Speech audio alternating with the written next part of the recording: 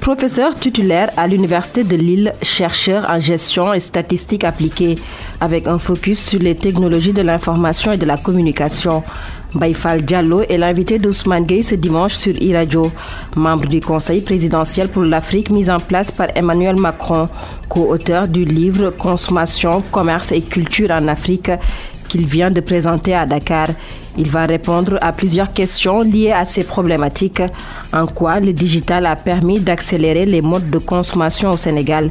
Les TIC sont-elles une bonne nouvelle pour le secteur de l'informel? Quelle part de l'État en termes d'accompagnement? À suivre dimanche 25 décembre 2022 après les éditions de 7h et 12h sur iRadio.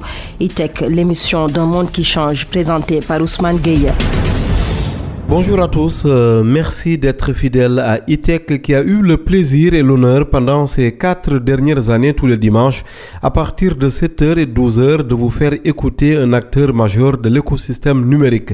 Sénégalais, africain, une autre nationalité, finalement peu importe dans un monde qui se mondialise de plus en plus et appelle une interconnexion entre les peuples et les aspirations qui les animent, qu'on soit à Dakar, Dar es Salaam, Médine, Jérusalem, Washington, Addis Abeba, Durban ou Dubaï. En un temps où la politique prend le dessus sur les autres sujets, il nous a semblé nécessaire, voire urgent, de mettre en avant l'économie et le digital que les observateurs avertis ont bien voulu réunir, et ça emporte largement notre adhésion autour de l'appellation économie numérique. Entre des portraits, des analyses, des reportages, des interviews, nous avons voulu mettre en lumière tout en questionnant avec un parti pris évident pour la mise en perspective les faits majeurs qui font cette actualité.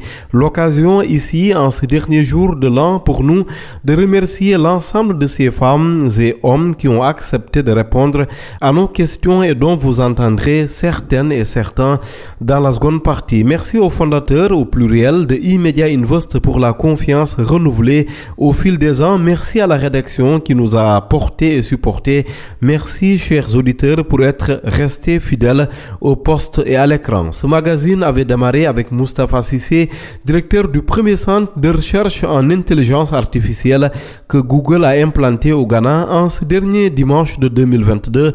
J'ai le plaisir de recevoir également un passionné d'intelligence artificielle, et quel hasard alors que nous n'y avons pas du tout songé. Bonjour professeur Mbaye Fall Diallo. Bonjour Ousmane, bonjour à nos téléspectateurs, pardon, à nos auditeurs. Comme nous sommes sur iRadio, professeur des universités en poste à l'Université de Lille depuis 2012. Vous êtes un fils du Sénégal, parti de Darou Mousti en 2000. 2012 pour Lille, Darou Mousti pour 2000. On voit que c'est très lié à l'histoire politique du Sénégal. Parti donc de Darou Mousti en 2000 après le BFM pour Louga, et sur place, c'est le lycée Malick Sall qui vous accueille. Comme beaucoup d'autres de vos compatriotes, ce ne sera pas Dakar ou Saint-Louis pour la suite, mais plutôt la France, ex-Marseille plus précisément, une licence en économie-gestion suivie d'un master en marketing et statistiques appliquées conclu par une thèse dans le même domaine. Beaucoup de récompenses au concours général, en plus d'une mention très bien au baccalauréat. Vous avez eu un bac L2 aujourd'hui, membre du Conseil présidentiel pour l'Afrique du président français Emmanuel Macron, en plus bien entendu de votre poste d'enseignant-chercheur. Vous intervenez régulièrement dans différentes universités africaines, Université de Dakar, l'UCAD donc, Université de Saint-Louis du Sénégal, autrement dit Gaston Berger, ESSEC Douala, Université Mohamed V au Maroc. Entre autres, vos travaux ont reçu plusieurs prix en France et à l'étranger. Prix 2014 de l'Académie américaine des affaires, prix 2014 de la Fédération du commerce et de la distribution, prix 2019 de la Confédération africaine de l'enseignement privé. Vous venez de publier un nouveau livre qui me fait penser, moi, à Cheikh Anta Diop, Consommation, commerce et culture en Afrique. Pour Cheikh Anta, on connaît très bien le fameux ouvrage Nation, nègre et culture. Qu'est-ce qu'il nous apprend sur la consommation de masse d'un point de vue technologique, votre ouvrage? Merci Ousmane. Ça me fait sourire le parallèle avec l'ouvrage vraiment phare de Cheikh Anta Diop. Je pense que la comparaison est osée. Peut-être qu'on n'est pas encore en fait à ce niveau-là, mais en tout cas, ce qui est clair, c'est que dans cet ouvrage, l'idée, c'est vraiment d'étudier en fait la consommation, d'étudier le commerce sous un angle en fait culturel, de dire qu'en fait, on peut pas parler de consommation, on peut pas parler en fait de commerce sans pour autant en fait inscrire ces phénomènes-là dans un contexte en fait culturel. L'idée, c'est de dire que aussi en fait finalement, il faut arrêter de copier ce qui vient en fait d'ailleurs juste en fait comme ça. Il faut tenir compte en fait des réalités locales, et dans cet ouvrage, on a vraiment essayé de balayer de façon assez large plusieurs sujets. On a parlé de la consommation des jeunes, de la consommation des femmes, on a parlé de la production locale, de la consommation locale.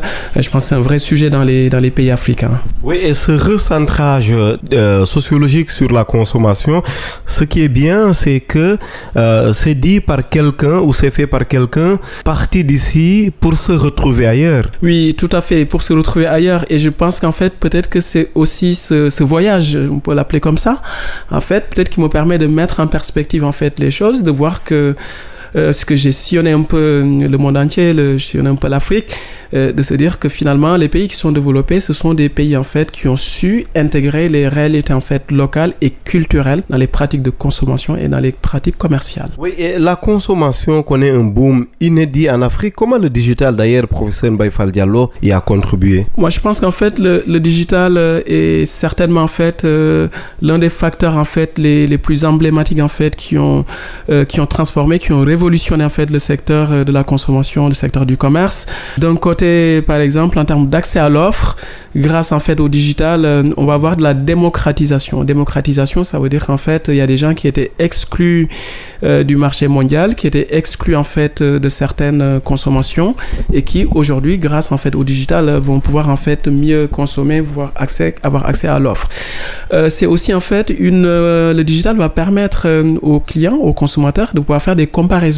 Et quand on parle de comparaison, ça veut dire que ça va leur permettre d'avoir en fait des produits qui coûtent moins cher. Tout le monde dit que le digital est facteur d'inclusion, bien entendu, mais on oublie souvent d'ajouter facteur d'inclusion pour les gens qui veulent bien s'inclure. Autrement dit, ceux qui veulent suivre la page. Or, de plus en plus, ce que l'on note, c'est qu'avec l'arrivée de nouveaux acteurs au Sénégal, notamment dans le monde du transport, vous y connaissez très bien certainement, professeur Baïfal Diallo, il y a nos acteurs locaux qui ne veulent pas suivre et du coup, ils s'excluent, et ça, on oublie de le dire. Oui, je pense qu'en fait, cette question-là, c'est vraiment une question stratégique, dans la mesure où on a une économie locale, en fait, qui est vraiment essentiellement, en fait, ancrée dans l'informel. Et aujourd'hui, on a des nouveaux concepts, on a des applications qui viennent, en fait, disrupter plusieurs secteurs, y compris en fait disrupter, chambouler complètement pour l'auditeur, révolutionner, qui viennent révolutionner en fait le secteur. Je pense qu'en fait, à un certain moment, il appartient aux collectivités publiques, en fait, à l'État, de réguler. C'est important, puisque si on ne régule pas... Mais est-ce que l'État comprend? Est-ce que l'État suit? Est-ce que l'État n'est pas dépassé aussi? Je pense qu'il y a eu des efforts, il y a eu des tentatives, en tout cas, de mettre en place des choses. Mais c'est vrai que globalement, ce qu'on constate, c'est qu'en fait, l'État a du retard tout le temps en fait sur ces questions-là, parce que en fait, dans tout ce qui est digital, ça va très vite, les choses vont en fait très vite, et qu'il faut aussi en face que l'État... Et nos États sont très conservateurs parfois aussi. Oui, assez conservateurs, assez bureaucratiques, même si c'est pas... Alors, je suis pas sûr que ça soit vraiment en fait spécifique aux États africains, parce que même si je prends le cas de la France, on a aussi en fait une bureaucratie qui fait que parfois pour mettre en place... c'est hérité de vous. Donc voilà, donc peut-être qu'il y a un problème d'héritage effectivement, mais je pense qu'en fait à un certain moment il faut vraiment essayer en tout cas d'aller en fait donc du coup dans une logique en fait de flexibilité, de suivre en fait un peu le marché de façon un peu plus vite, de telle sorte qu'on puisse mettre en place les solutions en termes en fait de régulation, de telle sorte qu'en fait tous les acteurs qui viennent aient leur place sur le marché sur le marché sénégalais, ça c'est important. Il ne faut pas qu'il y ait des nouveaux acteurs qui viennent, qui tuent les acteurs qui étaient sur place, puisque ces acteurs-là, aussi, c'est aussi du travail, hein, ces acteurs-là. Oui, mais faudrait-il aussi que les acteurs sur place acceptent de suivre, se connectent un peu à la nouvelle vague. Il y a également, d'un point de vue international, ce marché international qui joue avec peut-être un peu la théorie d'Adam Smith que vous connaissez très bien, la main invisible du marché, la main peut-être invisible du digital. Oui, tout à fait. Mais je pense qu'en fait, il faut aussi recontextualiser en fait par rapport au contexte africain, au contexte sénégalais. Il faut fermer le marché. Non, pas fermer le marché, mais il faut accompagner les acteurs. Quand on dit accompagner, alors moi je suis pédagogue, je suis enseignant.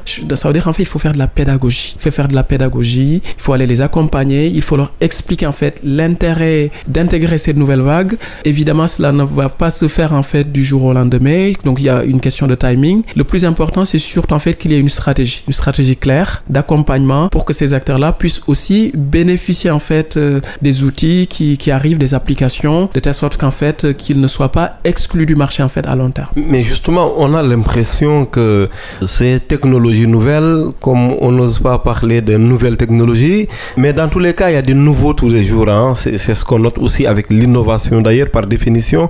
Mais aujourd'hui, on a l'impression que ces technologies-là, elles sont plus favorables. Autrement dit, elles gèrent plus les intérêts d'ailleurs des acteurs de l'informel à travers par exemple les boutiques de Facebook, à travers par exemple WhatsApp, qui ne demandent pas beaucoup d'ingéniosité. Il suffit d'envoyer un petit vocal et on est entendu à l'autre bout du téléphone.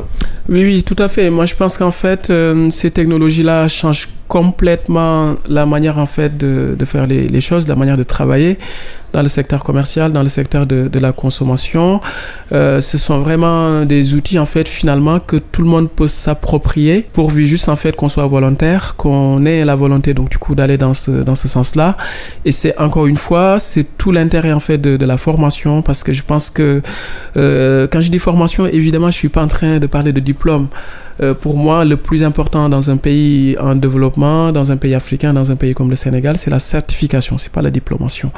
Et que, en fait, l'État peut tout à fait aussi, dans ce sens-là, accompagner les acteurs à les former à l'utilisation, en fait, de ces outils-là, de telle sorte qu'en fait, qu'on ne soit pas dans la gadgetisation, mais qu'on soit vraiment dans une utilisation qui crée de la valeur, en fait, de ces outils-là. Oui, justement, comment passer des aspects ludiques, disons, aux aspects professionnels où on a plus de valeur, comme vous le dites? Oui, donc je pense que là, à ce niveau-là, il y a vraiment du travail donc à faire avec toutes les parties prenantes.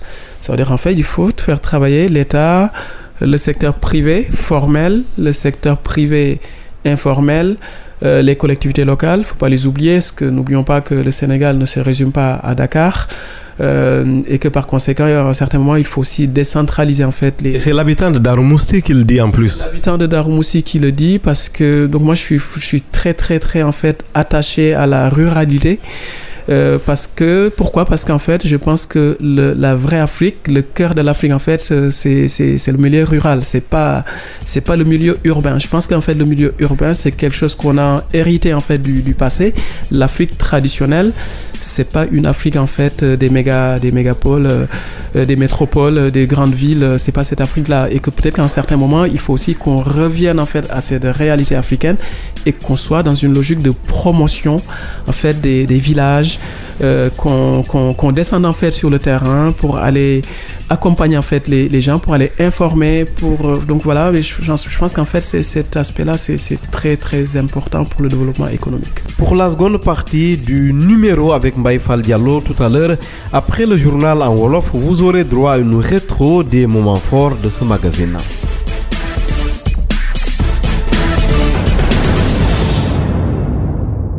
Tech. Ousmane Gueye sur iRadio.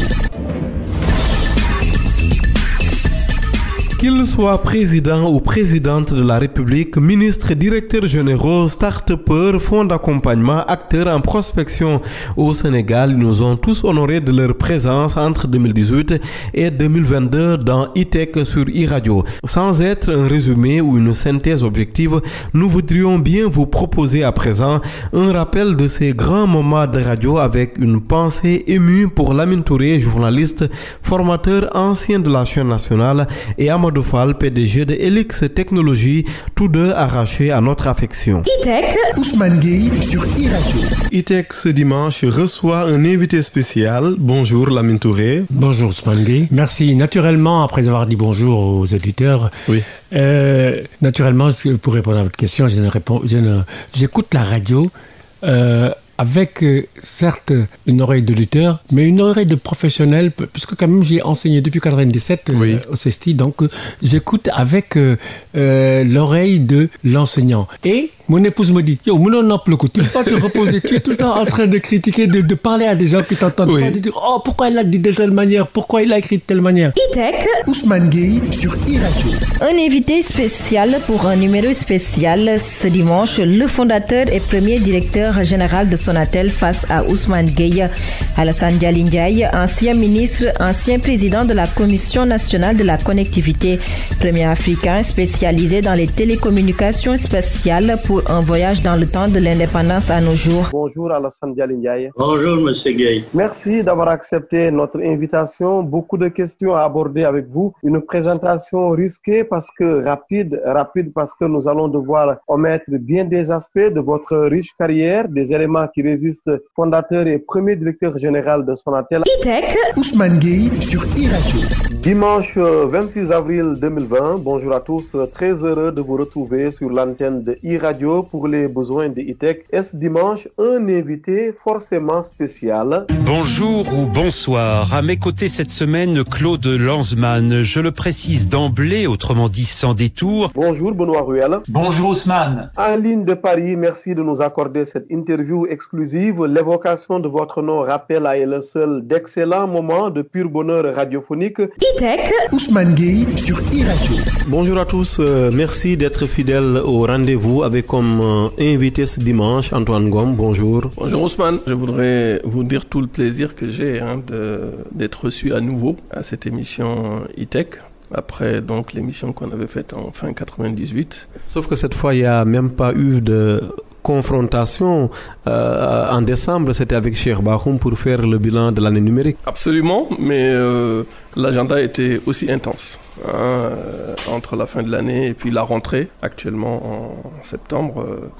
Il y a beaucoup de sujets de discussion que j'espère qu'on va aborder aujourd'hui. Absolument, mais avant cela, je voudrais quand même, saluer les auditeurs, vous féliciter donc vous et toute l'équipe Immédiat pour cette excellente émission qui est devenue un rendez-vous très prisé, si ce n'est incontournable pour l'ensemble des acteurs on l'espère du digital. E-Tech, Ousmane Gueye sur e-Radio.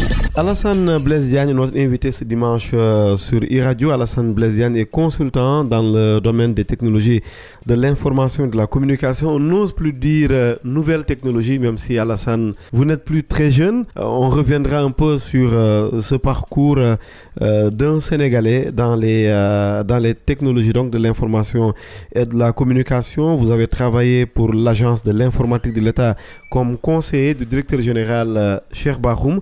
Vous avez également travaillé comme conseiller du coordonnateur du FD Sud, le Fonds de développement du service universel des télécommunications. On reste toujours sur l'actualité du numérique au Sénégal et ailleurs en revenant encore sur l'ADIE. Maintenant qu'on parle de son remplacement, est-ce qu'on peut se permettre un petit bilan pour dire un peu à l'auditeur à quoi s'attendre quand on parle de l'ADIE et de ses missions en tant qu'administration, en tant qu'agence de l'informatique de l'État? C'est vrai qu'on va aller, c'est ce qui est prévu, d'accord, la dissolution de l'agence, d'accord, et transférer effectivement ses actifs, une partie de ses actifs à la nouvelle société. E-Tech, Ousmane Gueye sur e-Radio. De Paris à Pikine, autrement dit des allées de l'école supérieure d'informatique électronique et automatique à l'agence de l'informatique de l'État, que du chemin parcouru pour Cheikh Bakhoum, entrepreneur avant de travailler pour le compte du président Macky Sall, arrivé au pouvoir en 2012 parce que mon invité a dirigé un temps la cellule informatique du Palais de la République en sa qualité de conseiller technique. Aujourd'hui, Cheikh Bakhoum nous revient à la faveur de cette inauguration du nouveau centre de données, du nouveau data center de l'ADIE à Diamniadio. Beaucoup de choses annoncées à Diamniadio, Cheikh Bakhoum. Pour faire très simple, un centre de données, c'est vraiment un lieu d'hébergement des données informatiques qui sont partagés par un certain nombre de structures et d'utilisateurs. Expert en droit du numérique, légiste, avocat au barreau du Sénégal, premier recteur de l'université Alioune Diop de Bambey, Abdoulaye Cissé est l'invité spécial de Ousmane Gueye ce dimanche 2 janvier 2022 dans ITEC. Mais merci Ousmane. C'est vrai que c'est une question complexe et très complexe même, et qui peut être appréhendée à partir d'une pluralité de positions. N'étant pas partie, sauf lointaine en tant que consommateur, je peux me permettre peut-être de poser au centre de la question la qualité des services. Si aujourd'hui on regarde la qualité, son enjeu est d'abord organisationnel, il est aussi institutionnel, mais il est également consubstantiel à la protection dont devraient bénéficier tous les consommateurs. Si aujourd'hui, un consommateur, un usager signe un contrat avec un opérateur, en contrepartie du service de qualité qu'il lui fournit, il lui verse une contrepartie. Il est en droit de s'attendre à ce que ce qui lui est promis lui soit dû et versé. ITEC, Ousmane Gueye sur iRadio. Honneur ne saurait être plus grand de recevoir une présidente de la République ce dimanche, chef de l'État le plus connecté au monde, un État avec seulement 1 300 000 habitants et pourtant la référence dans presque tous les domaines au plan digital, l'administration, l'état civil, le vote. La présidente de la République d'Estonie est notre invitée de passage à Dakar. Bonjour Kersti Kailolaid. Bonjour. Surnommée la perle du numérique balte, le pays du tout numérique ou de la jeune nation, l'Estonie fait des envieux dans toute l'Europe. Tout semble vous réussir finalement dans la numérisation. Mais c'est quoi votre secret?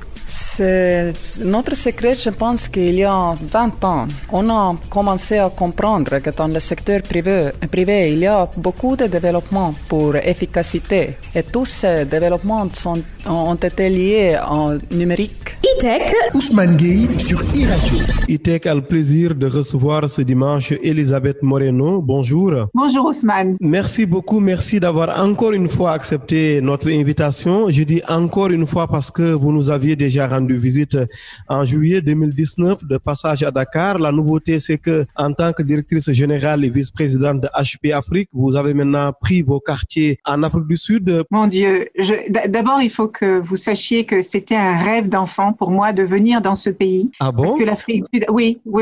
L'une des personnes qui m'a toujours fascinée dans ma vie, c'est Nelson Mandela. Mais vous l'avez dit, la politique, vous l'excluez, elle ne fait pas partie de vos plans.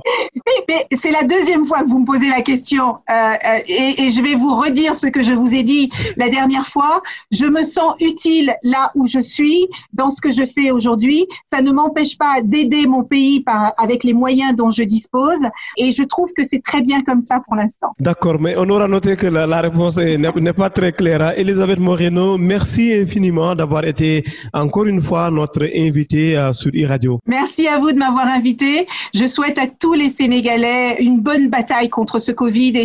ITEC, Ousmane Gueye sur iRadio. Papa Amadou Sarr, bonjour. Bonjour Ousmane et merci de cette invitation. Qu'est-ce que vous considérez avoir été vos plus gros succès en 4 ans? Alors, je voudrais tout d'abord vous remercier, le groupe Immédiat, mais aussi vos confrères qui sont avec nous aujourd'hui pour inaugurer cette nouvelle émission que vous lancez. Et aussi, c'est un jour important pour nous car ça correspond aux 4 ans de l'ADER que nous célébrons le 8 mars. Et comme vous l'avez si bien dit, le 8 mars, c'est symbolique à plus d'un titre. Le 8 mars, on célèbre nos femmes, nos mamans, nos sœurs. Et c'est aussi le lieu de féliciter une bonne journée de la femme à toute la femme sénégalaise et à toutes les femmes du monde. ITEC, Ousmane Gueye sur iRadio. L'administrateur général de Gaïndé 2000 est donc notre invité ce dimanche. Bonjour Ibrahim Noureddine Diagne. Bonjour Ousmane. Nous avons marqué une pause parce que nous avons la volonté de décentraliser ce concept. Vous savez, après 12 rounds, nous avons pratiquement fait le tour de toutes les questions liées au numérique. Il était important pour nous de ne plus nous cantonner à Dakar, mais d'aller à l'intérieur du Sénégal Sénégal pour rediscuter de ces enjeux et d'avoir un contexte beaucoup plus local. E-Tech, Ousmane Gueye sur e-Radio. Le PDG de TV5 Monde, de passage à Dakar, Yves Bigot, bonjour et bienvenue sur notre antenne. Merci à vous de m'accueillir et bonjour à tous ceux qui sont avec nous là en ce moment. E-Tech, Ousmane Gueye sur e-Radio. E-Tech qui reçoit ce 20 mars 2022 un digne fils du Sénégal qui fait l'honneur de notre pays aussi bien dans les textes juridiques qu'en dehors. Papa Santouré, bonjour. Bonjour Ousmane. Merci infiniment d'avoir accepté notre invitation. Docteur en droit privé et sciences criminelles, vous avez écrit à ce titre de nombreux ouvrages. Très subjectivement, j'en retiendrai le traitement de la cybercriminalité devant le juge, l'exemple du Sénégal, votre thèse de doctorat soutenue le 22 décembre 2010 avec mention très honorable assortie des félicitations du jury. E-Tech, Ousmane Gueye sur e-Radio. Vice-président de l'association des acteurs de l'industrie musicale, arrangeur, directeur artistique du Dandelegnol de Baaba Maal, Hilaire Chabi est notre invité ce 2 juin sur e-Radio.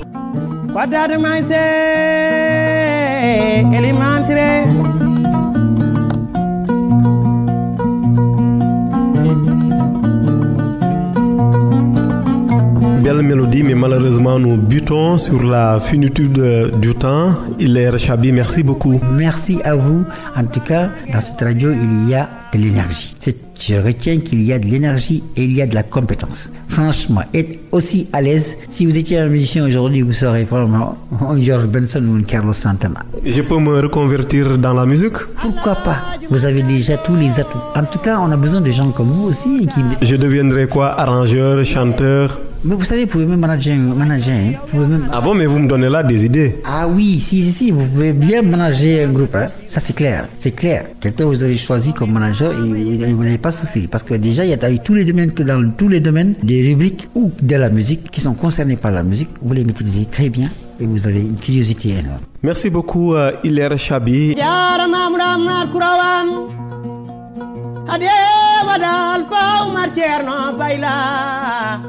Des temps forts qui, nous l'espérons, vous ont aussi marqué positivement. Notre gratitude renouvelée à vous tous, chers auditeurs, pour la confiance et l'exigence. Un infini bonheur de vous avoir servi tous les dimanches matins en espérant, comme disait ce grand journaliste qui se reconnaîtra certainement de l'autre rive, n'avoir pas démérité. Bonne année 2023 et à très bientôt.